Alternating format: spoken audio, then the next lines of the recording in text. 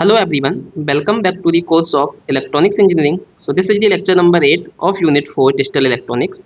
So in previous lecture, I have completed number system. Now in this lecture, we will start a new topic which is called Boolean Algebra. तो चलिए lecture start करते हैं। अब Boolean algebra को समझने के लिए पहले यहाँ पे आपको अलजेब्रा का मतलब समझना होगा। अलजेब्रा आप ऑलरेडी मैथमेटिक्स में बेसिक अलजेब्रा पढ़ चुके होंगे। तो अलजेब्रा का मतलब क्या है? अलजेब्रा में आप क्या पढ़ते हो? अलजेब्रा में आप इक्वेशंस पढ़ते हो। किस टाइप की इक्वेशन? फॉर एग्जांपल इस टाइप की equation ax² plus vx plus C is equals to 0 second order की इक्वेशन है, क्वाड्रेटिक इक्वेशन। ऐसे ही आप थर्ड डिग्री की इक्वेशन भी लिख सकते हो, या आप इस टाइप से भी इक्वेशन लिखते हो। कुछ मान लेते हैं 2x plus 3y plus 4z is equals to 5। इस टाइप से जो इक्वेशन लिखते हो उसको क्या बोलते हो? आप बेसिक मैथमेटिक्स वाला अलजेब्रा बोलते हो। सही है ना? अब यहाँ पे यानी कि आपको ये समझ में आया आपको क्या क्या चीज़ें यहाँ पे दिख रही हैं। आपको यहाँ पे दिख रहे हैं कि कुछ वेरिएबल्स हैं एक्स या एक्स वाई जेड। तो यहाँ पे आप कुछ वेरिएबल्स ले रहे हो, साथ ही साथ आप यहाँ पे देख रहे हो कुछ ऑपरेशन परफॉर्म हो रहे हैं। जैसे यहाँ पे प्लस ऑपरेशन परफॉर्म हो रहा है, या मान लीजिए मैं यहाँ पे क्या करूँ, यहाँ पे माइनस साइन लगा दूँ। ठीक है ना? तो इस टाइप से आप यहाँ पे देख सकते हो कि यहाँ पे वेरिएबल्स प्रेजेंट हैं एक्स वाई जेड, राइट, या सम कांस्टेंट प्रेजेंट है, या फिर सम ऑपरेटर्स प्रेजेंट हैं। ठीक है ना? जैसे यहाँ पे प्लस ऑपरेशन यूज हुआ है, यहाँ पे माइनस ऑपरेशन यूज हुआ है। तो इन सब से मिला के हमने किस किस का, वेरिएबल्स का यूज करके और ऑपरेशंस का यूज करके इक्वेशन बता रहे हैं। इसी को हम क्या बोलते हैं? अलजेब्रा बोलते हैं। ठीक है। अब यहाँ पे बूलियन अलजेब्रा में क्या चेंज होगा? सिर्फ यहाँ पे इतना चेंज होगा कि यहाँ पे जो वेरिएबल्स होते हैं एक्स वाई जेड, या जो भी वेरिएबल आप ले रहे हो बूलियन अलजेब्रा में, उनकी वैल्यू सिर्फ दो ही हो सकती हैं। ठीक है। यानी कि जो भी वेरिएबल होगा बूलियन अलजेब्रा में, जो भी आप ले रहे होगे, उसकी सिर्फ दो वैल्यू होती हैं, या तो जीरो हो सकता है वो वैल्यू, या वन हो सकता है। जबकि जो मैथमेटिक्स में आप अलजेब्रा पढ़ते हो उसमें जो यहाँ पे वेरिएबल्स हैं x Y z, they can take any real value. ठीक है ना? They can take any real value, और even they can take some complex number also, complex value. सही है ना? और यहाँ पे जैसे एक्स स्क्वायर हो गया है, लेकिन बूलियन अलजेब्रा में कुछ भी एक्स स्क्वायर जैसा नहीं होता है, एक्स हमेशा एक्स ही रहेगा। सही है ना? तो ये डिफरेंस होता है बूलियन अलजेब्रा और मैथमेटिक्स वाले अलजेब्रा में। तो यहाँ पे भी आप इक्वेशन ही लिखोगे किसके फॉर्म में? जो वेरिएबल्स होंगे यहाँ पे उनको आप बोलोगे बूलियन वेरिएबल्स। सही है। और ऐसे ही यहाँ पे भी कुछ ऑपरेशंस होंगे, वो ऑपरेशंस भी हम देखेंगे कौन कौन से ऑपरेशंस होते हैं बूलियन अलजेब्रा में। ठीक है ना? बेसिक अलजेब्रा में तो ये थे, बट बूलियन अलजेब्रा में कौन कौन से ऑपरेशंस होंगे, उनको क्या बोलते हैं, वो अभी हम आगे लेक्चर में देखेंगे। सही है ना? तो यहाँ पे आपको क्या डिफरेंस दिख रहा है यहाँ पे, कि यहाँ पे बूलियन वेरिएबल्स होंगे और उनकी वैल्यू या तो जीरो होगी या वन होगी। सिर्फ दो ही पॉसिबिलिटी हैं। जबकि मैथमेटिक्स वाले अलजेब्रा में जो वेरिएबल्स हैं, they can take any real value और इवन कॉम्प्लेक्स वैल्यू। सही है। तो चलिए अब आगे पढ़ते हैं। सबसे पहले बूलियन अलजेब्रा किसने दिया था? So it is given by George Boole in 1854। ठीक है। तो इस जॉर्ज बूली के नाम पे ही इस अलजेब्रा का क्या नाम पड़ा? Boolean algebra. सही है। अब ये भी है क्या? Boolean algebra is a branch of mathematics. तो मैथमेटिक्स की ही ब्रांच है जैसा कि मैंने बताया। बस यहाँ पे क्या डिफरेंस आ जा रहा है? That deals with operations on logical values. यहाँ पे लॉजिकल वैल्यूज से मतलब है जीरो एंड वन। सही है ना? विद बूलियन वेरिएबल्स, यानी कि वेरिएबल्स रहेंगे ये एक्स वाई जेड, लेकिन ये वेरिएबल्स कौन सी वैल्यू लेंगे? सिर्फ लॉजिकल वैल्यू लेंगे, जीरो एंड वन। सही है ना? या फिर कोई ये ऑपरेशन परफॉर्म हो रहे होंगे, जीरो वन भी सिचुएशन में हो सकता है कुछ। सही है ना? तो यहाँ पे हम बोल सकते हैं Boolean algebra is a branch of mathematics that deals with operations on logical values with Boolean variables. सही है ना? यानी कि जो यहाँ पे बूलियन वेरिएबल्स आप लोगे, they can take only two value, zero and one, and these values are called logical values.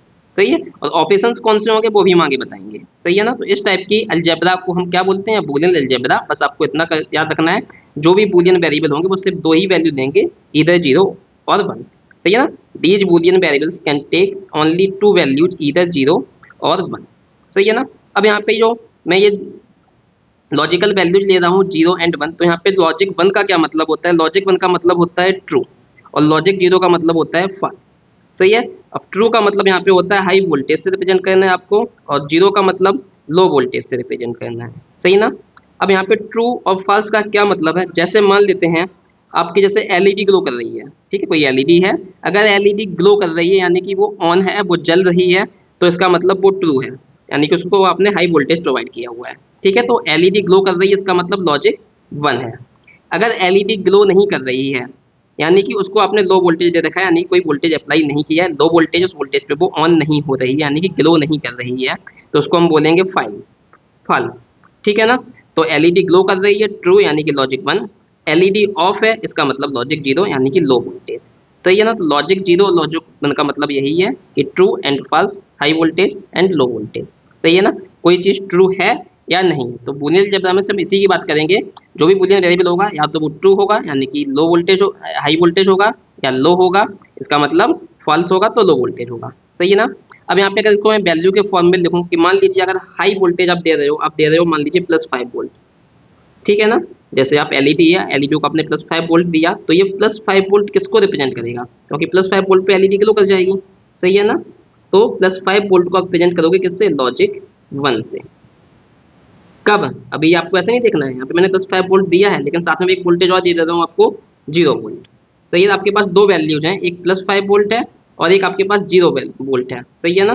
तो आपको यहाँ पे चेक करना है कि आपको जो वोल्टेजेस दिए गए हैं इसमें हाई वोल्टेज कौन सा है। तो यहाँ पे देख सकते हो आप हाई वोल्टेज कितना है, प्लस का 5 वोल्ट। तो इन दोनों वैल्यूज में 5 वोल्ट और 0 वोल्ट में से आप 5 वोल्ट को लॉजिक 1 से रिप्रेजेंट करोगे और 0 वोल्ट को आप लॉजिक 0 से रिप्रेजेंट करोगे।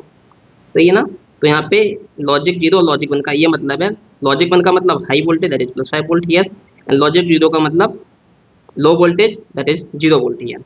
अगर यहाँ पे मान लीजिए मैं वैल्यूज ऐसे लिख दूँ, फॉर एग्जाम्पल मैं आपसे बोलता हूँ, यहाँ पे मैं लिख देता हूँ कि -10 वोल्ट एंड -2 वोल्ट।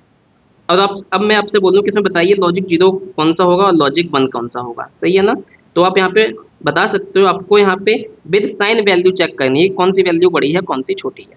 तो ऑब्वियसली -10 जो नंबर होता है छोटा होता है किससे, -2 से छोटा होता है। सही है ना। तो यहाँ पे इन दोनों नंबर्स में -10 और -2 वोल्ट में कौन सा नंबर बड़ा है, तो -2 वोल्ट ऑब्वियसली बड़ी वैल्यू है कंपेयर टू -10। जब आपको कंपैरिजन कर रहे हो वैल्यूज में, आपको साइन भी देखना है, साइन को छोड़ना नहीं है, यानी कि मैं आपको सिर्फ मैग्नीट्यूड नहीं देखना है, आपको साइन भी देखना है। यहाँ पे दोनों ही वैल्यू +5 वोल्ट और ये 0 वोल्ट था, तो +5 वोल्ट बड़ी वैल्यू है तो लॉजिक 1 हो गया है। ये 5 से छोटा है तो ये लॉजिक 0 हो गया है। सही है ना। अब यहाँ पे -10 वोल्ट और -2 वोल्ट में ये वैल्यू छोटी है -10, तो इसको क्या बोलोगे, इसको बोलोगे आप लॉजिक 0। और -2 वोल्ट लार्जर वैल्यू है तो इसको बोलोगे लॉजिक 1। ठीक है। तो यहाँ पे हाई वोल्टेज और लो वोल्टेज का मतलब है आपको विद साइन वैल्यू चेक करनी है। तो जो वैल्यू छोटी होगी उसको आप लॉजिक 0 से रिप्रेजेंट करोगे और जो वैल्यू बड़ी होगी उसको आप लॉजिक 1 से रिप्रेजेंट करोगे। सही है ना। तो आई होप आपको मतलब समझ आ गया होगा कि बूलियन अलजेब्रा क्या होता है। ये बेसिक अलजेब्रा है, ये बस इसमें इतना सा डिफरेंस हो गया है कि यहाँ पे जो बूलियन वेरिएबल्स होते हैं they will take only two values इधर 0 and 1, और बेसिक ऑपरेशंस होने चाहिए इक्वेशन में। अब वो ऑपरेशंस अभी हम आगे डिस्कस करेंगे। सही है। चलिए अब लेक्चर में आगे बढ़ते हैं। अब ये जो मैं ऑपरेशंस की बात कर रहा था वो कौन से ऑपरेशंस होंगे, सो Boolean algebra deals with logical operations. ठीक है ना। यहाँ पे प्लस और माइनस की हम बात कर रहे थे, जैसे मान लीजिए आप 2 + 2 कर रहे हैं तो ये कितना हो जाएगा, 4 हो जाएगा। ठीक है। तो ये बेसिक एडिशन है। बट बूलियन अलजेब्रा में लॉजिकली बात करेंगे, या तो कोई चीज़ ट्रू है या कोई चीज़ फॉल्स है, यानी कि फाइनल आंसर आपका या तो ट्रू आएगा या फॉल्स आएगा। सही है ना। चाहे कुछ भी आप करो, जो भी ऑपरेशन परफॉर्म करोगे फाइनल आंसर या तो ट्रू होगा या फॉल्स होगा। तो यहाँ पे हम बात करेंगे लॉजिकल ऑपरेशंस की, कि ऑपरेशन परफॉर्म कर रहे हैं लेकिन उसका फाइनल आंसर ट्रू या फॉल्स आएगा, या फिर वेरिएबल्स के फॉर्म में लिखा होगा। और वेरिएबल्स की वैल्यू सिर्फ दो ही होती हैं, 0 and 1। तो यानी कि जो भी वेरिएबल की वैल्यू होगी उसके अकॉर्डिंग फाइनल डिसाइड ये हो जाएगा कि वैल्यू वो ट्रू है या फॉल्स है। सही है। तो यहाँ पे बेसिक ऑपरेशंस कौन कौन से होते हैं, 3 बेसिक ऑपरेशंस होते हैं, not operation, and operation and or operation. These are the basic operations. ठीक है ना। इसमें बूलियन अलजेब्रा में बेसिक्स ऑपरेशन है, बेसिक ऑपरेशन है ये। तो यहाँ पे कोई भी इक्वेशन लिखोगे आप इन्हीं लॉजिकल ऑपरेशंस का यूज करोगे, not operation, and operation and or operation. ठीक है। तो चलिए पहला ऑपरेशन यहाँ पे क्या है, पहला ऑपरेशन यहाँ पे हम पढ़ते हैं क्या होता है इसका मतलब। इसको बोलते हैं नॉट ऑपरेशन। इसको रिप्रेजेंट किससे करते हैं, यहाँ पे मान लीजिए हमने वेरिएबल ए लिया है, आप वेरिएबल कुछ भी ले सकते हो, ए भी ले सकते हो, वाई भी ले सकते हो, एक्स भी ले सकते हो, बी भी ले सकते हो। तो फॉर एग्जाम्पल हमने वेरिएबल ए लिखा है, नॉट का मतलब होता है इसके ऊपर आप बार लगा दो। ठीक है। इसको हम कॉम्प्लीमेंट भी बोल देते हैं। सही है ना। तो ए बार किसको रिप्रेजेंट करता है, नॉट ऑपरेशन को रिप्रेजेंट करता है। या आप चाहो तो उसको डैश लगा दो एक ऊपर। ठीक है। दोनों ही तरीके से आप नॉट ऑपरेशन को परफॉर्म कर सकते हो, या नोटेशन के फॉर्म में लिख सकते हो, या तो आप बार की यूज कर लो या आप ये डैश यूज कर लो। ठीक है ना। तो throughout my lecture I will use this notation, A bar. सही है ना। बट आपका एग्जाम में दोनों में से कोई सा भी नोटेशन आ सकता है, बार वाला भी आ सकता है और डैश वाला भी आ सकता है, तो बहुत सारा correct, but I will use in this lecture series A bar. ठीक है ना। अब अगर मैं बोलूँ यहाँ पे आपसे कि जीरो का नॉट ऑपरेशन क्या होगा, जीरो पे अगर नॉट ऑपरेशन परफॉर्म कर रहे हो तो इसका मतलब क्या है, आपका आउटपुट पे क्या मिलेगा, वन मिलेगा। ऐसे ही मान लीजिए वन पे और नॉट ऑपरेशन परफॉर्म कर रहे हो, ठीक है ना, वन पे बार लेके या वन कॉम्प्लीमेंट बोल दो, तो ये कितना हो जाएगा, दिस इज कॉल्ड जीरो। सही है ना। तो इसका मतलब ये है यानी कि वैल्यू को चेंज कर देगा, जीरो है तो वन कर देगा, वन है तो जीरो कर देगा, कौन, नॉट ऑपरेशन। सही है। या वेरिएबल लिखा है, अगर मान लीजिए आपने कोई वेरिएबल ए है, ठीक है ना, इस पे नॉट ऑपरेशन परफॉर्म कर दिया है, तो इसका मतलब ये क्या हो जाएगा, ये ए बार हो जाएगा, ए कॉम्प्लीमेंट हो जाएगा। सही है ना, इस तरह से। चलिए सेकंड ऑपरेशन आपका होता है एंड ऑपरेशन। सही है ना। एंड ऑपरेशन को रिप्रेजेंट करते हैं हम डॉट से। तो यहाँ पे हमने मान लीजिए दो वेरिएबल लिए हैं ए एंड बी, तो एंड ऑपरेशन क्या करेगा, ए डॉट बी। सही है। ऐसे मान लीजिए अगर थ्री वेरिएबल लेते हो तो उसको आप लिख सकते हो ऐसे, A dot B dot C. ठीक है ना। तो एंड का मतलब होता है ये डॉट, तो दो वैल्यू के बीच में यहाँ पे हमने डॉट लगा दिया है, ए डॉट बी। सही है। अब यहाँ पे आपको पता है ए और बी दो बूलियन वेरिएबल्स हैं, ठीक है ना, क्योंकि हम बूलियन अलजेब्रा की बात कर रहे हैं, तो जो यहाँ पे वेरिएबल्स यूज करोगे वो कौन से वेरिएबल्स होंगे, बूलियन वेरिएबल्स। और बूलियन वेरिएबल्स हमने पीछे आपको बताया है, they can take only two values, इधर जीरो और वन। तो यहाँ पे ए दो वैल्यू ले सकता है, या तो जीरो लेगा या वन लेगा। ऐसे ही बी भी दो वैल्यू ले गया, जीरो है या वन। सही है ना। यानी कि ए के पास दो पॉसिबिलिटी हैं, जीरो और वन, और बी के पास भी दो पॉसिबिलिटी हैं। तो यहाँ पे आप देख सकते हो, अगर मैं लिखूँ ए की दो पॉसिबिलिटी है जीरो एंड वन, बी की दो पॉसिबिलिटी है जीरो एंड वन, तो यहाँ पे टोटल कितने कॉम्बिनेशन बन जाएंगे, two into two, that is two की power two, that is four combination.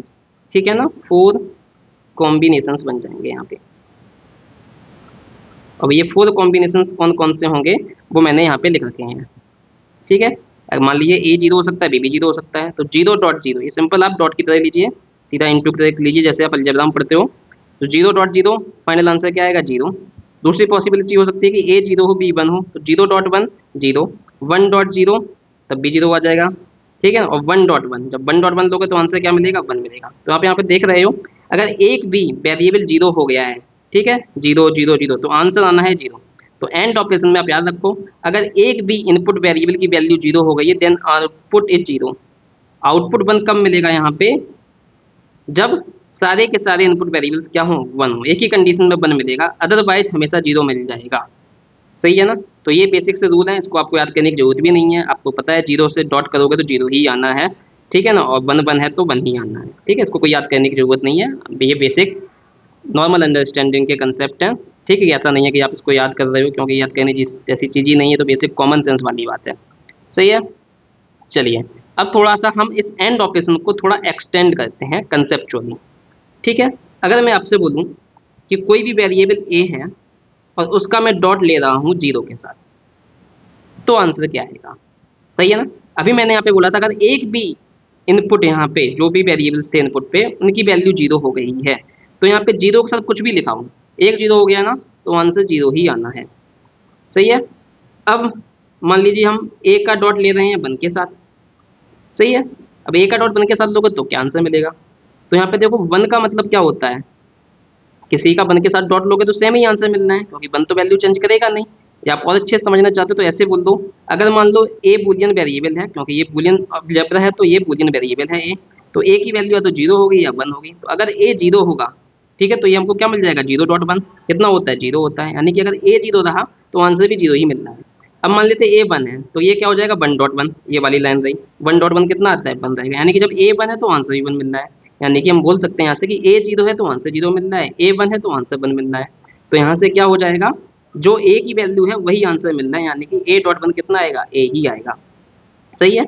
ऐसे अगर मैं आपसे बोलूँ ए डॉट ए ले रही हैं, ठीक है ना। अब यहाँ पे याद रखना, बूलियन अलजेब्रा में चीज़ें बेसिक अलजेब्रा की तरह नहीं है जो मैथमेटिक्स में पढ़ते हो कि आप लिख दो, जैसे वहाँ पे हम लिखते हैं मैथमेटिक्स वाले अलजेब्रा में एक्स डॉट एक्स, आप क्या लिखोगे, एक्स स्क्वायर लिखोगे, x into x, x square लिखोगे।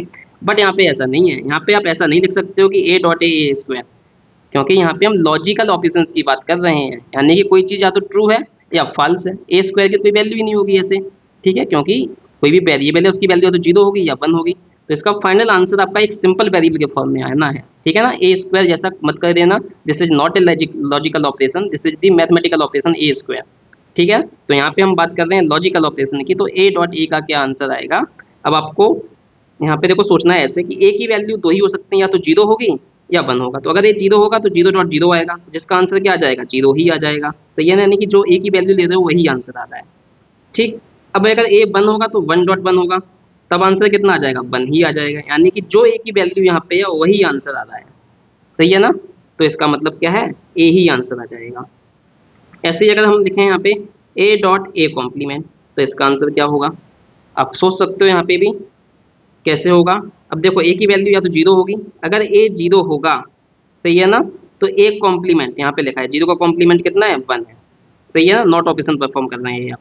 सही है ना, तो यहाँ पे क्या है, ए अगर 0 है तो ए कॉम्प्लीमेंट कितना हो जाएगा, 1 हो जाएगा, यहाँ से आपको दिख रहा है।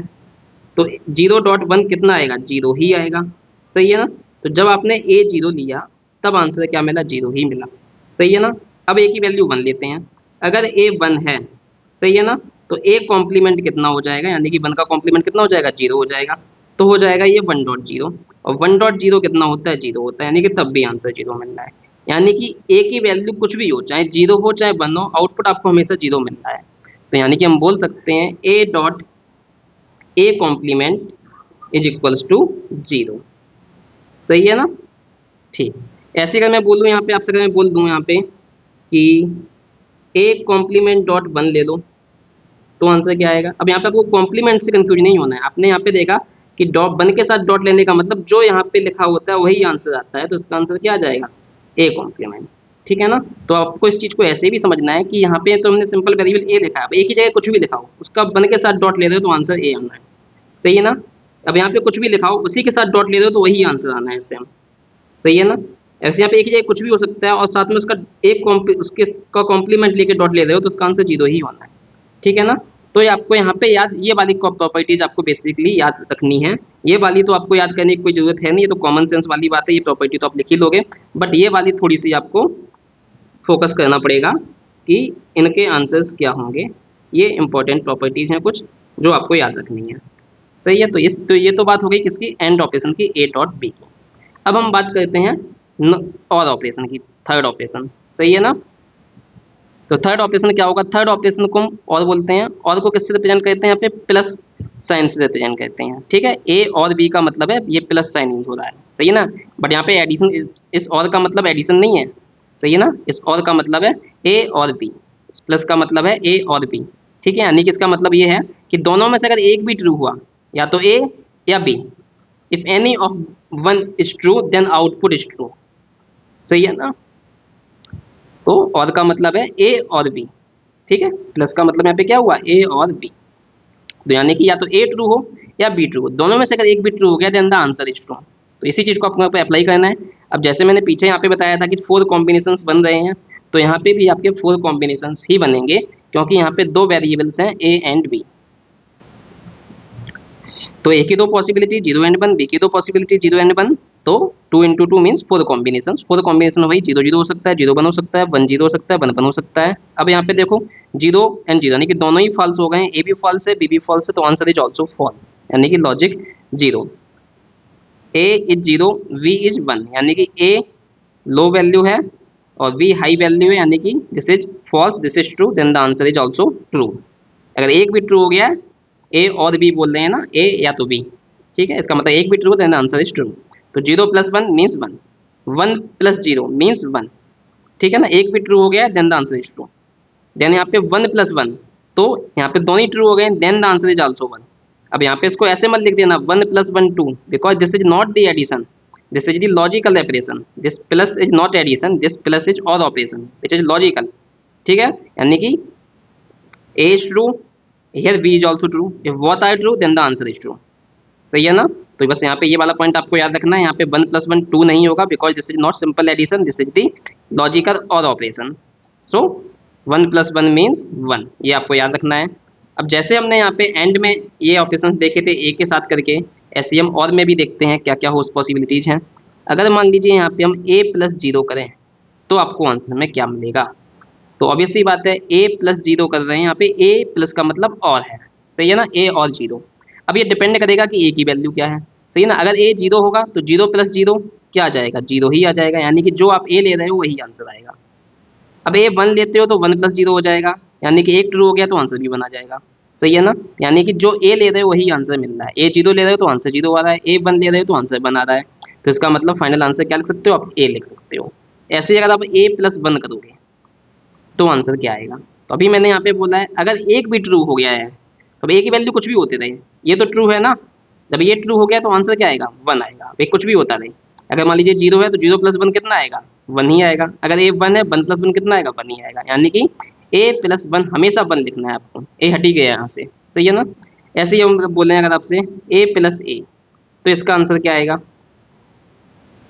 सही है। तो यहाँ पे भी देखो, अब यहाँ पे ए की वैल्यू पर डिपेंड करेगा आंसर, सही है ना। अगर देखो ए जीरो होगा तो जीरो प्लस जीरो जीरो ही आएगा, यानी कि जो ए लिया वही आंसर है। अगर ए वन होगा तो वन प्लस वन कितना होगा, वन ही होगा, यानी कि जो ए की वैल्यू ले रहे हैं वही आंसर आएगा। तो ए प्लस ए कितना आएगा, वन।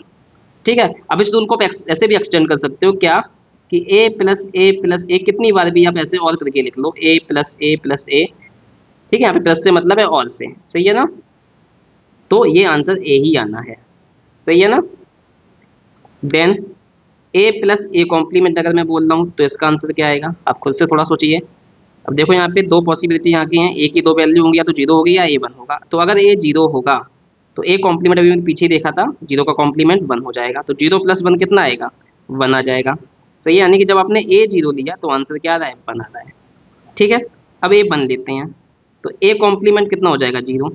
वन प्लस जीरो भी कितना होता है, वन ही होता है। यानी कि ए आप चाहे जीरो लो तब भी आंसर मिल रहा है, ए चाहे वन लो तब भी आंसर बना रहा है।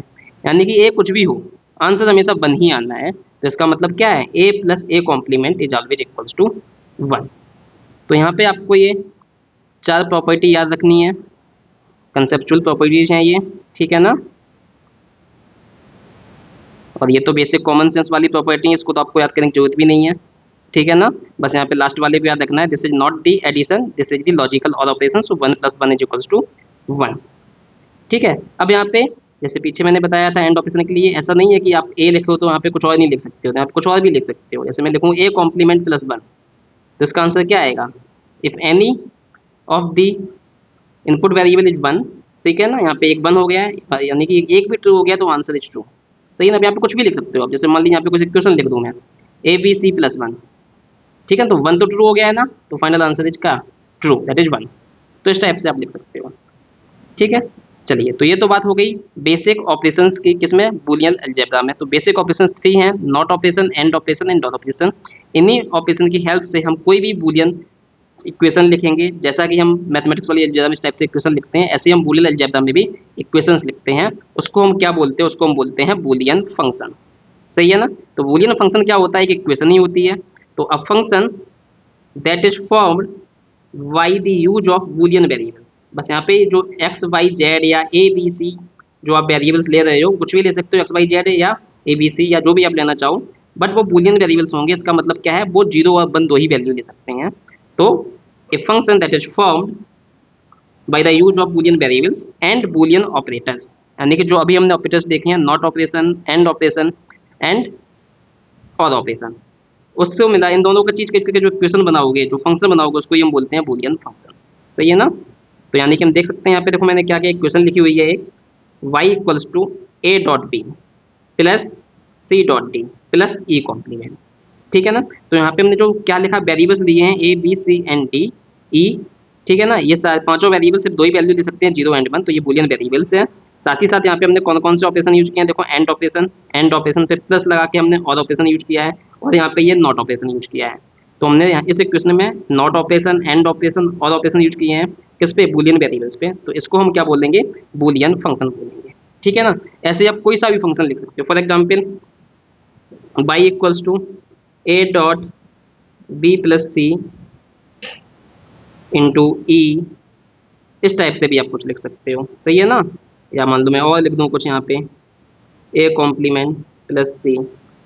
ठीक है, तो कुछ भी लिख सकते हो इस टाइप से। बस आपको यहाँ पे याद रखना है जो वेरिएबल्स हैं वो क्या हैं, वेरिएबल्स बूलियन वेरिएबल्स हैं, they can take only two value, zero and one. साथ ही साथ ऑपरेशन कौन कौन से यूज कर सकते हो, नॉट ऑपरेशन, और ऑपरेशन एंड डॉट वाला ऑपरेशन। सही है ना। अब डॉट ऑपरेशन जरूरी नहीं है, हमेशा हम जैसे लिखते हैं डॉट ए डॉट बी, तो अब डॉट ऑपरेशन आपको हमेशा ये डॉट लगाने की जरूरत नहीं है, आप इसको सिंपली ए बी भी लिख सकते हो ऐसे ही। सही है ना। ये बाई डिफॉल्ट अंडरस्टैंडिंग है कि ये कैसे हैं, डॉट हो रहा है इनका। सही, तो आपको डॉट साइन अब आगे लगाने की जरूरत नहीं है, स्टार्टिंग में मैंने समझाना था इसलिए बता दिया था, बट आगे आप ए डॉट बी को सिंपली ए बी ऐसे लिख सकते हो। ठीक है, चलिए अब हम आगे बढ़ते हैं।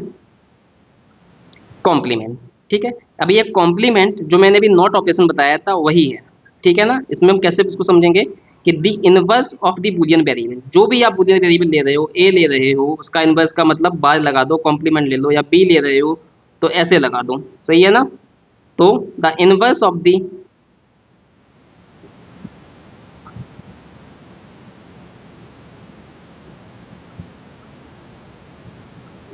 Inverse of the Boolean variable is called complement of the variable, ठीक है, यानी कि आपको बार लगा लेना है, उसको क्या बोल रहे हो, इनवर्स। ठीक है, अगर मैं यहाँ पे ए की वैल्यू जीरो दे दूँ तो the complement of zero is one, already बता चुके हैं नॉट ऑपरेशन में, and the complement of one is zero, सही है ना। जीरो का कॉम्प्लीमेंट वन होगा एंड वन का कॉम्प्लीमेंट जीरो होगा, सही है ना।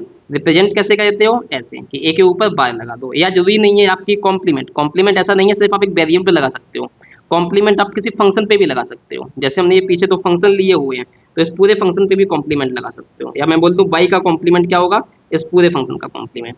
ठीक है, तो complement is not specific to a single variable, ठीक है ना। सिंगल वेरिएबल हो या कोई इक्वेशन लिखी हो बूलियन वाली, उस पर भी आप ये कॉम्प्लीमेंट लगा सकते हो। कॉम्प्लीमेंट का मतलब होता है जो भी फंक्शन लिखा हुआ है उसके ऊपर ये बार लगाना, ठीक है ना।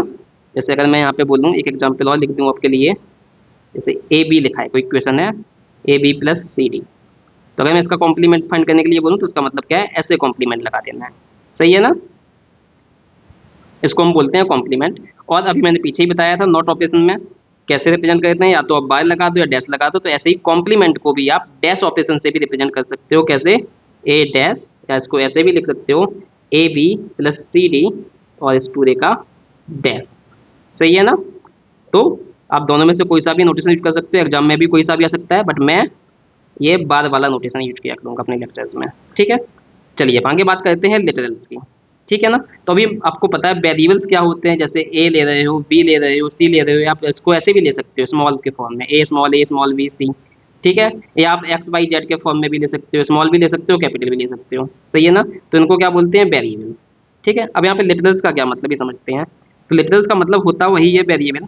अब वेरिएबल और the complement of the variable, यानी कि अगर वेरिएबल का कॉम्प्लीमेंट भी ले रहे हो तो उसको भी हम एक लिटरल बोलेंगे, सही है ना। जैसे यहाँ पे हमने इक्वेशन लिखी है ए कॉम्प्लीमेंट, जैसे ये लिखा हुआ है ए कॉम्प्लीमेंट, तो यहाँ पे वेरिएबल कौन सा है, वेरिएबल तो ए ही है यहाँ पे, सही है ना। बट लिटरल्स ए कॉम्प्लीमेंट है, सही है। तो यहाँ पे क्या बोल रहे हैं लिटरल का मतलब, या तो वेरिएबल खुद अकेला लिखा हो जैसे खाली ए लिखा है दैट वेरिएबल, और अगर उसका कॉम्प्लीमेंट भी लिखा था, complement of the variable in Boolean algebra is called literal, यानी कि ए और ए कॉम्प्लीमेंट दोनों को हम काउंट करेंगे, सही है ना। जैसे आपके पास यहाँ पे लिखा हुआ है ए लिखा और एक कॉम्प्लीमेंट लिखा हुआ है, अगर मैं आपसे पूछूं यहाँ पे कितने वेरिएबल वेरिएबल हैं, तो वेरिएबल तो obvious सी बात है ए ही है, सही है ना। बट अब यहाँ पे ए पे कॉम्प्लीमेंट परफॉर्म हो रहा है, वेरिएबल कौन सा है, ए, तो वेरिएबल तो यहाँ दोनों जगह पे मिला के एक ही है, ए ही है। बट लिटरल्स दो काउंट होंगे, एक तो ए और एक ये कॉम्प्लीमेंट वाला काउंट अलग होगा, ठीक है। तो अगर मैं यहाँ पे बोलूँ आपसे कि कितने लिटरल्स हैं, तो यहाँ पे टू लिटरल्स हैं, एक ए है और एक ए कॉम्प्लीमेंट है। और अगर मैं आपसे बोलूँ वेरिएबल्स कितने हैं, तो वेरिएबल तो ए ही है, यानी कि वन वेरिएबल है, ठीक है ना। चलिए एक एग्जाम्पल यहाँ पे हम और ले लेते हैं। अगर मैं आपको इक्वेशन यहाँ पे दे दूँ एक, जैसे A B plus A complement C, ऐसे आपके पास कोई इक्वेशन है, और मैं आपसे बोलूँ यहाँ पे कितने वेरिएबल्स हैं और कितने लिटरल्स हैं, सही है। तो यहाँ पे देखो आपको क्या दिख रहा है, या चलो मैं यहाँ पे ऐसे थ्री वेरिएबल्स हैं, देखो यहाँ पे कौन कौन से, ए बी और ये भी ए ही है और ये सी है, तो तीन वेरिएबल्स हो गए ए बी एंड सी। तो यहाँ पे हम बोलेंगे थ्री वेरिएबल्स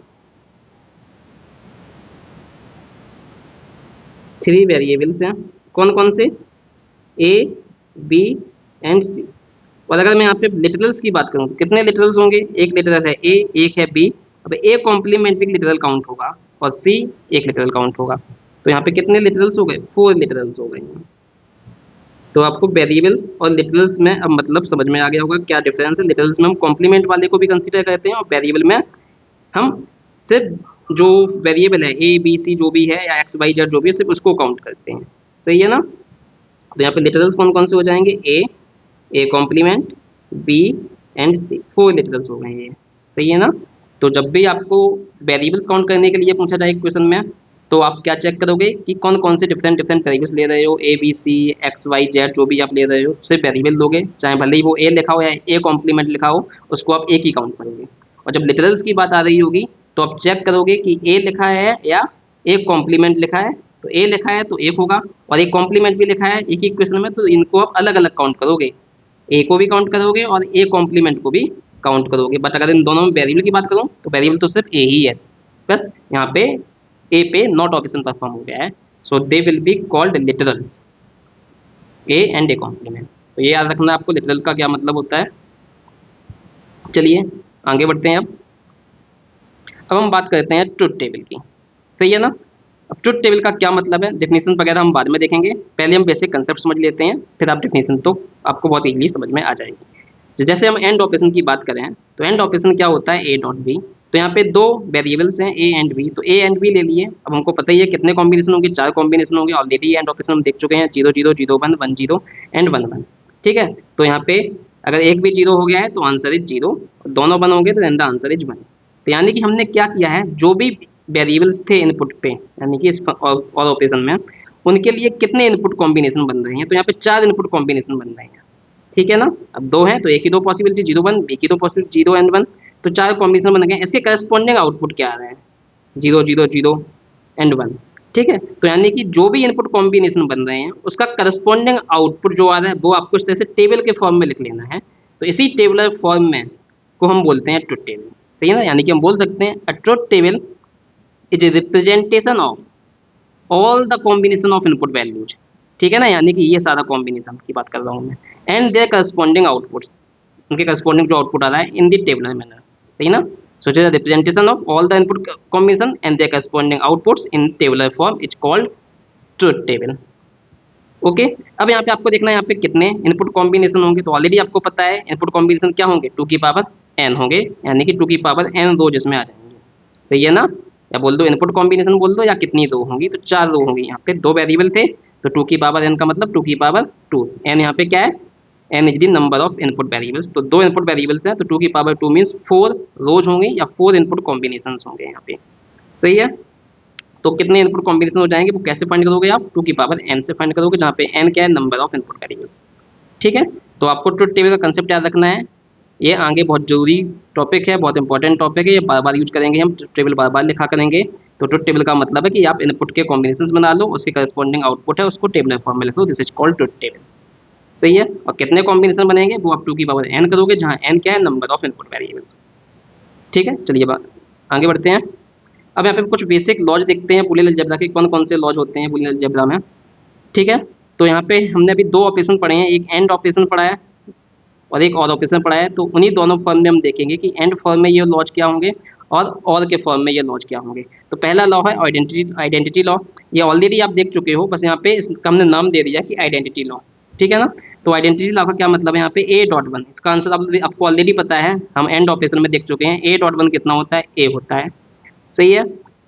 ऐसे हम ये भी ऑपरेशन में देख चुके हैं, ए प्लस 0 कितना होता है, 0 होता है। ठीक है, तो यहाँ पे हम जो इनपुट ले रहे हैं वही आउटपुट पे जा रहा है। ठीक है ना, तो इसको हम बोल रहे हैं आइडेंटिटी लॉ, क्योंकि यहाँ पे वेरिएबल एक ही बार लिखा है। ठीक है, बाकी हम यहाँ पे 1 ले रहे हैं, यहाँ पे 0 ले रहे हैं, लॉजिक वैल्यू ले रहे हैं 0 और 1, लेकिन यहाँ पे ए हमने एक ही बार यूज किया है। So this is why it is called identity law. और हमको आउटपुट पे भी सेम वेरिएबल मिल रहा है, और इनपुट पे हमने वेरिएबल को एक ही बार यूज किया है, एक बार यूज किया, इसका मतलब आइडेंटिटी लॉ। ठीक है, तो A dot one is equals to A dot A plus 0 equals to 0। तो यहाँ पे हमने प्लस साइन यूज किया है, इसका मतलब और ऑपरेशन है, यहाँ पे डॉट साइन यूज किया, इसका मतलब एंड ऑपरेशन है। ठीक है, ऐसे ही हमको ये भी पता है A dot A equals to क्या होता है, ए होता है, पीछे देख चुके हैं हम एंड ऑपरेशन में। ऐसे ए प्लस ए क्या होता है, ए ही होता है, और ऑपरेशन में देख चुके हैं। तो बेसिक कॉमन सेंस वाली चीज़ें हैं ये, सही है ना। बस अब यहाँ पे हम नाम दे देते हैं, इस लॉ को बोलते हैं आइडेम्पोटेंट लॉ। ठीक है, आइडेम्पोटेंट लॉ। ठीक, बस क्या आइडेम्पोटेंट का मतलब क्या है, आप सेम वेरिएबल का आपस में ले रहे हो, क्या डॉट ले रहे हो या और ले रहे हो, तो आंसर भी सेम ही आना है, सही ना। ए का ए के साथ डॉट ले रहे हो, ए ही आएगा, ए का ए के साथ और कर रहे हो तो ए ही आएगा। इस लॉ को बोलते हैं आइडेम्पोटेंट लॉ। ठीक है ना, अब यहाँ पे ये बेसिक प्रॉपर्टी तो आपको जनरली याद रहेंगी, बट यहाँ पे ये नाम से क्या मतलब है, यहाँ से ये मतलब है, कभी कभी एग्जाम में हो सकता है 2 मार्क्स में क्वेश्चन पूछ दें कि what is idempotent law. What is identity law, तो आपको ये इक्वेशंस लिखनी पड़ेंगी। ठीक है, जनरली चांसेस कम है इस टाइप के क्वेश्चन आए, बट फिर भी आपको आइडिया होना चाहिए कि हम इन इक्वेशन को कौन सा लॉ बोलते हैं। सही है। ऐसे ही आपका एक इन्वर्जन लॉ होता है। इन्वर्जन लॉ का क्या मतलब होता है, जैसे अगर मान लीजिए आपके पास ए है, ए का आप एक बार कॉम्प्लीमेंट लेते हो, फिर ए का दोबारा से कॉम्प्लीमेंट ले लेते हो, तो दो बार कॉम्प्लीमेंट आपका सेम वेरिएबल दे देगा जहाँ से आप स्टार्ट किए थे। ठीक है, कैसे इसको और समझो। अगर मैं आपसे बोलूँ कि आपके पास जीरो है, ठीक है ना, जीरो का आप कॉम्प्लीमेंट ले रहे हो तो ये क्या हो जाएगा, वन हो जाएगा। सही है। अब आप वन का फिर से कॉम्प्लीमेंट ले लो, तो क्या हो गया है, वन का कॉम्प्लीमेंट जीरो हो जाएगा। यानी कि जीरो का एक बार कॉम्प्लीमेंट लिया वन आया, वन का फिर से कॉम्प्लीमेंट लिया जीरो आ गया। यानी कि जीरो ही था, जीरो जीरो से चले थे आप और फिर आपको जीरो ही मिल गया है। कितनी बार कॉम्प्लीमेंट लेना पड़ा, एक बार दो बार। यानी कि दो बार कॉम्प्लीमेंट लेने पर आपका आंसर सेम आ जाता है। ठीक है ना, two times complement will give you the same result. क्या रखना है कि two times complement will give you the same result. ठीक है, अब यहाँ पे एंड और जैसा कुछ है ही नहीं, क्योंकि यहाँ पे कुछ डॉट वगैरह करना ही नहीं है, एक ही वेरिएबल लिखा हुआ है, तो ये चीज़ दोनों में सेम रहेगी। यानी कि ए का double complement is equals to A, और वी यहाँ पे भी ए का double complement equals to A. तो यहाँ पे एंड ऑपरेशन और ऑपरेशन जैसा कुछ नहीं है, दोनों जगह सेम लॉ रहेगा कि two times complement will give you the same result. ठीक है, नेक्स्ट लॉ है कम्यूटेटिव लॉ। ठीक है, अब ये कम्यूटेटिव लॉ ऑलरेडी आप मैथमेटिक्स में पढ़ चुके हो। जैसे अगर मैं बोलूँ आपसे two into three is also equal to three into two. सही है ना, थ्री इंटू टू सिक्स होता है, और three into two into three six होता है, थ्री इंटू टू भी सिक्स होगा, तो यानी कि two into three equals to three into two. ठीक है, ये बेसिक मैथमेटिक्स है। ये रूल यहाँ पे भी अप्लाई होता है। क्या, कम्यूटेटिव लॉ इसको बोलते हैं। A dot B is equals to B dot A. सही है ना, जैसे कि मैं बोलूँ आपसे जीरो डॉट वन कितना आएगा, जीरो आएगा, या उल्टा कर दूँ वन डॉट जीरो तब भी जीरो ही आएगा। तो यानी कि ये इंटरचेंजेबली यूज सकता है कि ए डॉट बी को आप बी डॉट ए भी लिख सकते हो, या बी डॉट ए कहीं लिखा हो तो उसको आप ए डॉट बी भी लिख सकते हो। तो एंड पे भी एप्लीकेबल है ये, और पे भी एप्लीकेबल है। ऐसे ही आप A plus B equals to B plus A लिख सकते हो। सही है। Then associative law. Associative law भी आप ऑलरेडी जानते होगे मैथमेटिक्स से। जैसे अगर मैं लिखूँ to into three into four, यानी कि यहाँ पे थ्री इंटू फोर हम पहले कर दे रहे हैं, फिर टू से इंटू कर रहे हैं, या आप उल्टा कर लो, टू इंटू थ्री पहले मल्टीप्लाई कर लो, फिर फोर के साथ मल्टीप्लाई कर लो, तो दोनों का आंसर सेम ही आना है। तो वही चीज़ आपको बुलियन वेरिएबल्स पे भी एप्लीकेबल है कि A dot B dot C, यानी कि बी डॉट सी आप पहले परफॉर्म करते हो फिर ए के साथ डॉट ले रहे हो, या उल्टा भी कर सकते हो ऐसे कि ए और बी का डॉट पहले ले लो यहाँ पे ए डॉट बी, फिर जो आंसर आ रहा है उसका सी के साथ डॉट ले लो। So this is called associative property कि A dot B dot C is equals to A dot B then dot C. ऐसे ही आप और ऑपरेशन पे भी परफॉर्म कर सकते हो। सही है, जैसे आप मैथमेटिक्स में बात करो two plus three plus four, ऐसे आप कर रहे हो, तो आप टू प्लस थ्री पहले परफॉर्म कर लो और फिर फोर इसमें ऐड कर दो। सेम चीज़ यहाँ पे एप्लीकेबल है बूलियन अलजेब्रा में। ए प्लस बी प्लस सी पहले परफॉर्म कर रहे हो आप, या फिर उल्टा कर लो, ए प्लस बी पहले परफॉर्म कर लो फिर प्लस सी कर लो। यहाँ पे प्लस से मतलब क्या है, और ऑपरेशन है। सही है ना, तो A plus B plus C is equals to A plus B plus C. सही है, तो this is called associative law. ये आपको प्रॉपर्टी याद रखनी है। Then distributive law. Distributive law क्या है, जैसे यहाँ पे देखा है A dot B plus C, तो अब यहाँ पे क्या करना है आपको, डॉट से अंदर डॉट ले लेना है इस ब्रैकेट के अंदर, तो क्या हो जाएगा ए डॉट बी और ए डॉट सी। सही है, तो ये डिस्ट्रीब्यूटिव लॉ हो गया है, इसको आपने डिस्ट्रीब्यूट कर दिया है दो टर्म्स में अलग अलग। सही है, तो A dot B plus C हो गया A dot B plus A dot C. ऐसे ही ये तो हो गया हमारा एंड के फॉर्म में कि एक टर्म ये था और एक टर्म ये था, इन दोनों के बीच में डॉट था। अब हम क्या कर रहे हैं, एक टर्म यहाँ पे ये है दूसरा टर्म ये है, इन दोनों के बीच में क्या है, और ऑपरेशन हो रहा है। सही है, तो इसका आंसर क्या होगा, ए प्लस बी सी। तो इसको आप कैसे लिखोगे, अब यहाँ पे जो वेरिएबल सिंगल है उसको आपने लिख लेना एक बार। अब यहाँ पे जो भी टर्म लिखा है उसमें से आप ब्रेक कर लोगे दो टर्म्स में। अब जो बी और सी की वैल्यू जो भी हो, कोई फंक्शन हो बड़ा, जैसे मान लीजिए बी की जगह कुछ लिखा हो सी डी करके, या बी की जगह लिखा हुआ हो कुछ ए कॉम्प्लीमेंट भी, तो ये बी और सी कुछ भी हो सकता है। सही है ना, तो आपको इसको आपको कैसे अप्लाई करना है, यहाँ पे आपको दो टर्म आप मान लो कोई से भी।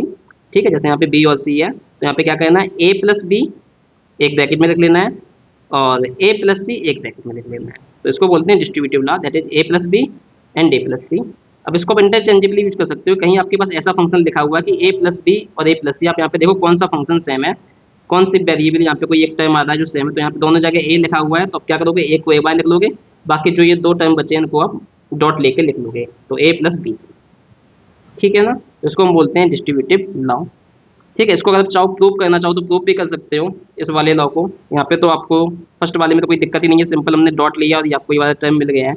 बट यहाँ से ये वाला टर्म कैसे आया है, या बोल दूँ ये वाला टर्म इसके इक्वल कैसे है, तो इसका हम प्रूफ भी देख सकते हैं। अगर मैं यहाँ पे राइट हैंड साइड इसकी ले लूँ डिस्ट्रीब्यूशन लॉ की, तो देखो यहाँ पे क्या लिखा हुआ है, A plus B A plus C, सही है ना। अब यहाँ पे आप डॉट ले लीजिए इन दोनों का, तो देखो क्या हो जाएगा, ए का इसके साथ डॉट लोगे तो मिलेगा यहाँ पे ए डॉट ए, फिर यहाँ पे ए का सी के साथ लोगे डॉट तो हो जाएगा ए डॉट सी, फिर यहाँ पे बी का ए के साथ लोगे तो ये हो जाएगा बी डॉट ए, और फिर यहाँ पे बी का सी के साथ लोगे तो बी डॉट सी। तो यहाँ पे 4 टर्म मिल गए हैं आपको। अब हमने जो भी रूल्स पढ़े थे कि ए डॉट ए कितना होता है, ए डॉट ए ही होता है, ऊपर लिखा भी हुआ है, देखो आइडेम्पोटेंट लॉ में ए डॉट ए क्या होता है, ए होता है। ए डॉट सी एज लिख देता हूँ। अब यहाँ पे जैसे बी डॉट ए है तो इसको आप चाहो तो ए डॉट बी लिख सकते हो, ये कम्यूटेटिव लॉ से, ठीक है। तो यहाँ पे मैं ए डॉट बी लिख लेता हूँ, ये बी डॉट सी, ठीक है ना। आप चाहो तो यहाँ से डॉट हटा भी सकते हो, अभी मैंने पीछे ही बताया था कि ए डॉट बी को आप सिंपली ए बी भी लिख सकते हो। अब देखो यहाँ पे फर्स्ट 3 टर्म्स में ए तो सेम है, तीनों जगह ही है, तो आप ए कॉमन ले सकते हो, ठीक है। जब यहाँ से ए कॉमन ले लो तो यहाँ कितना बचेगा, 1 बचेगा, यहाँ पे क्या बचेगा, सी बचेगा, यहाँ पे क्या बचेगा, बी बचेगा थर्ड टर्म से, सही है ना, प्लस बी सी, सही है। अब देखो यहाँ पे क्या है, अभी मैंने बताया था ऑपरेशन में अगर एक भी इनपुट 1 हो गया है तो यहाँ पे देखो ये 1 हो गया है, अब 1 के साथ कुछ भी लिखा दें, सही है ना। जैसे पीछे मैंने बताया था और ऑपरेशन में क्या कि 1 plus anything, 1 plus A equals to क्या होता है, 1 ही होता है। तो उसी रूल को मैं यहाँ पे अप्लाई कर रहा हूँ कि 1 प्लस एनीथिंग कितना आएगा, 1 ही आएगा, because this is odd operation. So यहाँ पे हो जाएगा ए डॉट 1, ठीक है, 1 प्लस सी प्लस बी कितना हो जाएगा, 1 हो जाएगा, प्लस बी सी, ठीक। अब यहाँ पे ए डॉट 1 ये भी 1 ए ही होता है, तो इसको वैसे लिख सकते हो A dot 1 is equals to A plus B C. तो आ गया देखो same expression right left hand side वाला, तो यानी कि ये प्रूफ हो गया है इसका, this is left hand side, तो this is hence proof, right. तो आपको याद रखना है this law is very important, which law, distribution law. Distribution law आपको याद रखना है, आगे हम बहुत बार यूज करेंगे, बस आप डिस्ट्रीब्यूशन में भी आपको ये वाला मेनली याद रखना है, ये और फॉर्म वाला कि A plus B C is equals to A plus B dot A plus C, या इसको उल्टा भी अप्लाई कर सकते हो कि A plus C is equals to A plus B C, ठीक है। अब यहाँ पे हम जो भी तक हमने रूल्स पढ़े हैं इनकी हेल्प से आपको मैं कोई एक बुलियन फंक्शन दूंगा और उन रूल्स को अप्लाई करके आपको उस बुलियन फंक्शन को सॉल्व करना है, या मैं बोल दूँ सिंप्लीफाई करना है, या मैं बोल दूँ मिनिमाइज करना है, ठीक है। तो एग्जाम में बुलियन फंक्शन या जो बुलियन इक्वेशन से याद आई हैं, जिनको हम बुलियन एक्सप्रेशन भी बोलते हैं, बुलियन फंक्शन भी बोलते हैं, इसको सिंप्लीफाई करने के लिए आता है, ठीक है। अब यहाँ पे वर्ड सिंप्लीफाई भी लिखा हो सकता है, या सॉल्व भी लिखा हो सकता है, या मिनिमाइज भी लिखा हो सकता है, ठीक है। तीनों का सेम ही मतलब है, ठीक है ना। कैसे सॉल्व करोगे इसको, अब देखो यहाँ पे 2 टर्म जो भी लिखे हुए हैं, यहाँ पे आपको दिख रहा है कि यहाँ पे आप क्या कर सकते हो, यहाँ पे दोनों जगह ए लिखा हुआ है, ठीक है, यहाँ पे बी कॉम्प्लीमेंट, यहाँ पे बी कॉम्प्लीमेंट है, तो यहाँ से आप दोनों टर्म से ए कॉमन ले सकते हो, तो पहले टर्म से आपके पास बचेगा बी कॉम्प्लीमेंट, सेकेंड टर्म से आपके पास बचेगा बी, ठीक है। अब आपको पता है B complement plus B already OR operation में देख चुके हैं, इसकी वैल्यू क्या होती है, 1 होती है, सही है ना।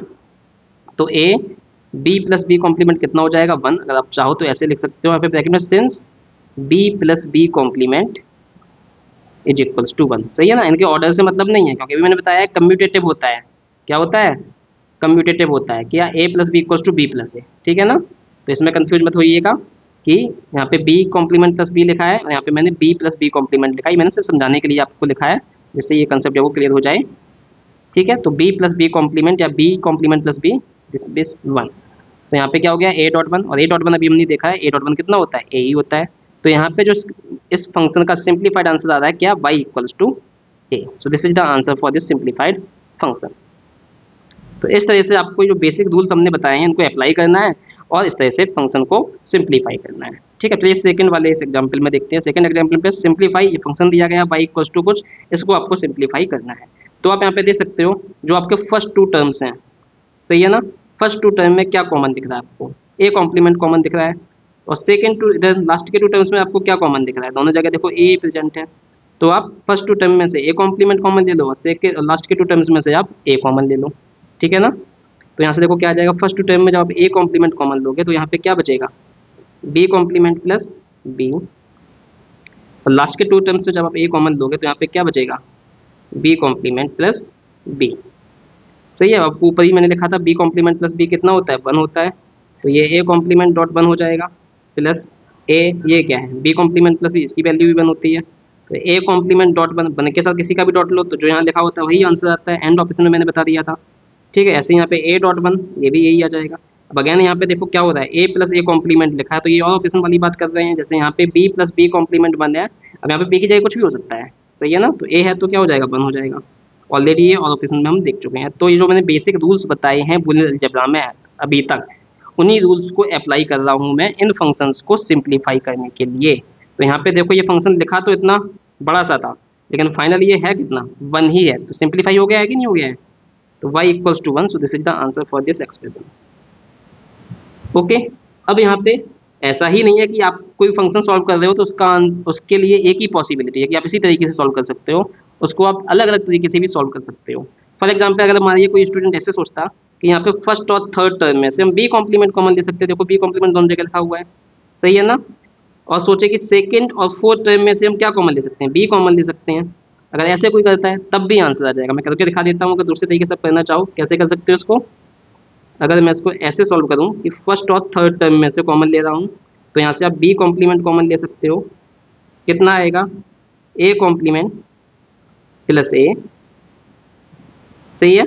ऐसे ही आप सेकेंड और फोर्थ टर्म में से अगर कॉमन लो यहाँ पे तो क्या आ जाएगा, प्लस यहाँ से क्या कॉमन ले सकते हो, यहाँ से बी कॉमन ले सकते हो, तो ये हो जाएगा यहाँ से ए कॉम्प्लीमेंट बचेगा और यहाँ से ए बचेगा, सही है ना। अब आपको पता है ए कॉम्प्लीमेंट प्लस ए कितना होगा, ये तो 1 ही हो जाएगा, सही है ना। तो यहाँ से आ जाएगा बी कॉम्प्लीमेंट डॉट 1, यहाँ से क्या आ जाएगा B A complement plus A 1 हो जाएगा। So this will be equals to what, this is B complement, this is B, so B plus B complement is also 1। ठीक है, तो दोनों ही तरीके से आप देख सकते हो कि आंसर सेम ही आ रहा है, चाहे किसी भी टर्म्स में कॉमन ले लो, सही है ना। चलिए, तो ये आप दोनों तरीके से सॉल्व कर सकते हो, इसमें कोई प्रॉब्लम वाली बात नहीं है। ठीक है, दिस इज दी मेथड 2।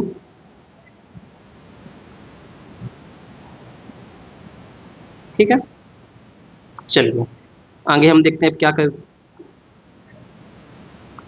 एक क्वेश्चन और हम सॉल्व करते हैं यहाँ पे कि मिनिमाइज, ये आपको फंक्शन दिया है कोई, इसको आपको मिनिमाइज करना है यानी कि सिंप्लीफाई करना है, सही है ना। कैसे करोगे सिंप्लीफाई इसको, फिर से आपको वही बेसिक रूल्स लगाने की, देखो क्या कॉमन वगैरह हम ले सकते हैं, और आपको कोशिश पहली बार में ऐसे ही करनी है जिससे आप जो ज़्यादा से ज़्यादा कॉमन ले सको, उन टर्म्स में आपको कॉमन लेना है। तो अगर यहाँ पे आप देखो फर्स्ट 2 टर्म्स में आप क्या कॉमन ले सकते हो, सिर्फ ए कॉमन ले सकते हो, सही है ना। लेकिन अगर लास्ट 2 टर्म्स की अगर हम बात करें तो यहाँ पे आप ए बी कॉम्प्लीमेंट यहाँ पे भी है, ए बी कॉम्प्लीमेंट यहाँ पे भी है, तो यहाँ पे हम ए बी कॉम्प्लीमेंट कॉमन ले पा रहे हैं, इसलिए हम सेकंड और थर्ड टर्म से हम कॉमन लेंगे। तो यहाँ पे क्या हो जाएगा A B, this will be equals to A B plus second और थर्ड से हम क्या कॉमन ले लेंगे, ए बी कॉम्प्लीमेंट हम ले लेंगे कॉमन, सही है। तो हमारे पास क्या बचेगा, पहले वाले टर्म से यहाँ से बचेगा सी और इससे बचेगा सी कॉम्प्लीमेंट, ठीक है ना। तो अब देखो यहाँ पे क्या आ गया, सी प्लस सी कॉम्प्लीमेंट, ठीक है ना। तो इसका आंसर क्या हो जाएगा, और ऑप्शन में देखा था ए प्लस ए कॉम्प्लीमेंट 1 होता है, ऐसे ही सी प्लस सी कॉम्प्लीमेंट भी क्या होगा 1 होगा। तो यहाँ पे आपके पास आ जाएगा ये A B plus A B complement and this is 1, सही है ना। अब चाहो तो डायरेक्टली ए बी कॉम्प्लीमेंट भी लिख सकते हो, बट अभी मैं समझा रहा हूँ इसलिए समझाने की वजह से लिख दे रहा हूँ। आप यहाँ से C plus C complement directly 1 होता है, तो सिंपली यहाँ पे क्या हो जाएगा, ये डॉट 1 का लिखने का कोई मतलब है नहीं क्योंकि सेम आंसर आ जाना है, तो आप डायरेक्टली भी लिख सकते हो सिंपली ए बी कॉम्प्लीमेंट, सही है। अब यहाँ से आप क्या और कॉमन ले सकते हो, यहाँ से आप ए कॉमन ले सकते हो, ठीक है ना। तो ए कॉमन ले लिया, यहाँ से क्या बचेगा, पहले टाइम से बी और सेकंड टाइम से क्या बचेगा, बी कॉम्प्लीमेंट। वगैरह आपको पता है, क्या पता है कि बी प्लस बी कॉम्प्लीमेंट क्या होगा 1 होगा, तो ए डॉट 1, और ए डॉट 1 कितना होता है, ये होता है, ठीक है ना। तो ये इसका आंसर आ जाएगा क्या, फंक्शन आपका इतना बड़ा था लेकिन फाइनल आंसर क्या आ गया है, ए आ गया है। So this is the process of simplifying और minimizing the Boolean function by applying Boolean rules. तो अभी तो हमने कुछ रूल्स बताए हैं, उस रूल की हेल्प से सॉल्व किया है, आगे और भी थ्योरम्स हैं, वो थ्योरम आगे पढ़ेंगे अभी हम, ठीक है ना। बट अब फिलहाल उस थ्योरम्स को पढ़ने से पहले हम यहाँ पे ये देख लेते हैं कि ये जो हम बूलियन अलजेब्रा में सिंप्लीफाई कर रहे हैं फंक्शंस को, इसका बेनिफिट क्या है, ठीक है ना, कि इसका बेनिफिट क्या है। तो वो बेनिफिट समझने के लिए पहले यहाँ पे इस फंक्शन को देखते हैं हम। जो आपने यहाँ पे फंक्शन लिखा हुआ है, स्टार्टिंग में फंक्शन आपको ये दिया गया था, या जो हमने पीछे सॉल्व किए हैं उसमें भी बड़ा सा फंक्शन होता था, उसको सिंप्लीफाई करके हमें एक छोटा सा आंसर निकालना है। तो इसका बेनिफिट क्या है, ऐसा क्यों कर रहे हैं, सही है ना। तो यहाँ पे देखो आपके पास 3 टर्म लिखे हुए हैं, यहाँ पे कौन कौन से ऑपरेशन आप परफॉर्म कर रहे हो। देखो यहाँ पे आपने एक एंड ऑपरेशन परफॉर्म किया है, यहाँ पे आपने एंड ऑपरेशन परफॉर्म किया है, यहाँ पे आपने एंड ऑपरेशन परफॉर्म किया है, फिर यहाँ पे आपने ये प्लस साइन का यूज किया है, यानी कि और ऑपरेशन भी आपको परफॉर्म करना है। इसके अलावा आप यहाँ पे कॉम्प्लीमेंट भी परफॉर्म कर रहे हो, बी कॉम्प्लीमेंट सी कॉम्प्लीमेंट, यानी कि आपको नॉट ऑपरेशन भी परफॉर्म करना है। ठीक है ना। तो जो ये ऑपरेशंस परफॉर्म हो रहे हैं इसके लिए आपको एक सर्किट चाहिए। ठीक है ना। तो जो एंड ऑपरेशन होता है उसके लिए एंड गेट चाहिए होता है। ठीक है। तो यहाँ पे हमारे पास ये 3 एंड ऑपरेशन है, तो इसके लिए हमको 3 एंड गेट्स चाहिए होंगे। कितने? 3 एंड गेट्स रिक्वायर्ड। ठीक है ना। तो अगर मैं ऐसे लिखूँ क्या, इसको डायरेक्टली अगर आपको इम्प्लीमेंट करना है, for implementation of this function, for implementation what you require, अगर डायरेक्टली इस फंक्शन को लोगे तो 3 एंड ऑपरेशन, तो आपको 3 एंड गेट चाहिए। ठीक है ना। जो एंड ऑपरेशन होता है वो एंड गेट से परफॉर्म होता है। या बेसिक लॉजिक गेट का आइडिया आपको 12th क्लास में होगा, एंड गेट, और गेट, नॉट गेट। ठीक है। अभी हम आगे पढ़ेंगे लॉजिक गेट, बट अभी उससे पहले हम बुलियन अलजेब्रा पढ़ रहे हैं। तो यहाँ पे हमको 3 एंड गेट चाहिए, साथ ही साथ यहाँ पे प्लस परफॉर्म करना है। ठीक है ना। तो प्लस के लिए आपको और गेट चाहिए होगा।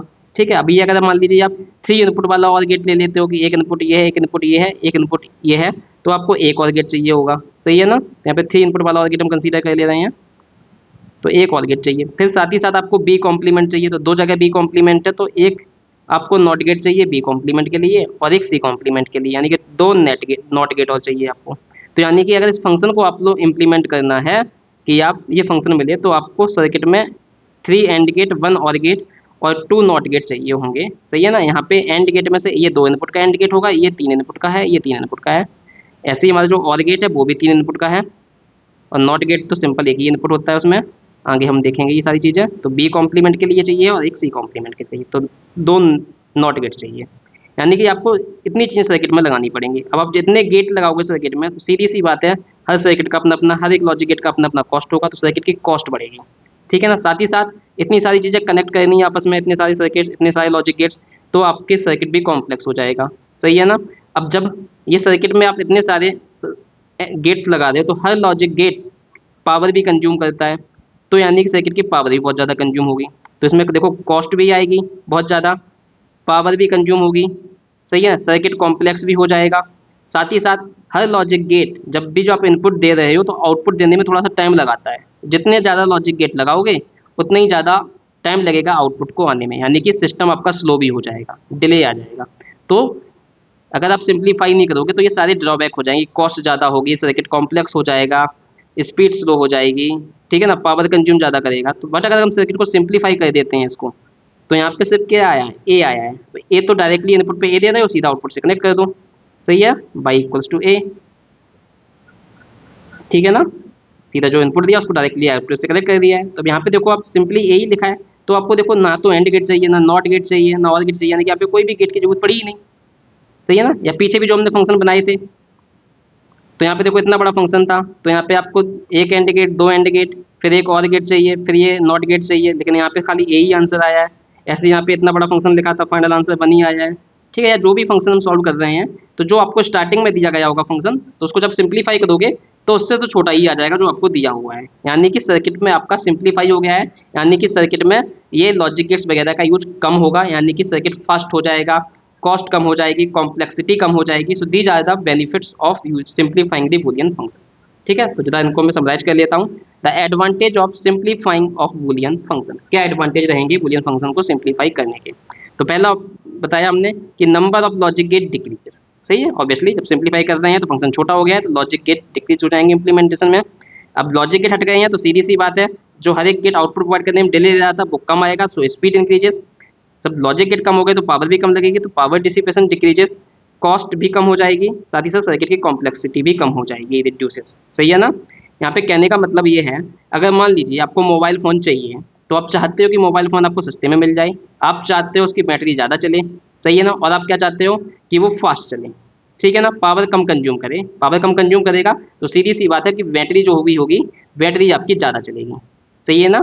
तो हमारी ये डिजाइन, हमारी ये रिक्वायरमेंट्स हैं। कोई भी आप डिजिटल सर्किट बना रहे हो तो आप चाहते हो कि कम से कम पावर एब्जॉर्ब करे, यानी कि उसकी बैटरी लॉन्गर ड्यूरेशन तक चले। सही है ना। आप चाहते हो कि वो फास्ट वर्क करे, जैसे मान लीजिए आप मोबाइल ऐप खोल रहे हो, क्लिक कर रहे हो तुरंत खुल जाए, आप ये थोड़ी ना चाहते हो कि क्लिक करो तो उसके 5 मिनट बाद खुले। ठीक है ना। तो they are the basic requirement for digital circuits. That's why simplification is required. So these are some advantages कि लॉजिक गेट रिड्यूस करेंगे, स्पीड इंक्रीज होगी, पावर कम लगेगी, कॉस्ट कम हो जाएगी, कॉम्प्लेक्सिटी रिड्यूस हो जाएगी. सो this is all about simplification of Boolean function, the advantages. ठीक है ना. अभी हमने तो कुछ बेसिक से ही रूल देखे हैं बूलियन अलजेब्रा में. अभी हम आगे कुछ थ्योरम्स और पढ़ेंगे. ठीक है ना. बट वो थ्योरम्स अब हम नेक्स्ट लेक्चर में पढ़ेंगे. ठीक है. इस लेक्चर को मैं यहीं पे स्टॉप करते हैं. तो फिर नेक्स्ट लेक्चर में मिलते हैं, बूलियन अलजेब्रा को कंटिन्यू करेंगे. So till then, take care, and also like this video, and also subscribe our channel and share the channel with your friends. Thank you all.